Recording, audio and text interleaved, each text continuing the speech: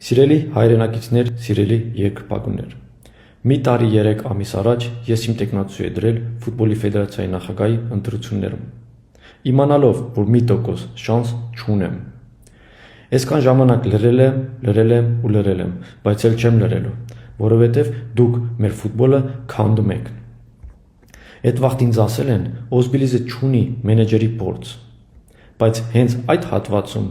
դուք պրավալ եք տալի ամեն անգամ նորից, որ ֆուտբոլի խաղից չեք հասկանում, դա բոլորին պարզ է, բայց դուք մենեջերի հատվածն էլ չեք տիրապետում։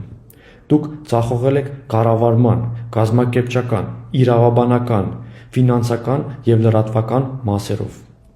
Ամենը վատն այն է, որ հույսն ու հավատն է մարում։ Ֆուտբոլում կարող ես հաղթել և պարտվել, բայց այս պարտությունը ուղղակի արդյունքն է այն ամենի, ինչը արդեն երկար ժամանակ կատարվում է մեր հայկական ֆուտբոլում։ Ժամանակն է գիտակցելու և փոփոխություններ անելու։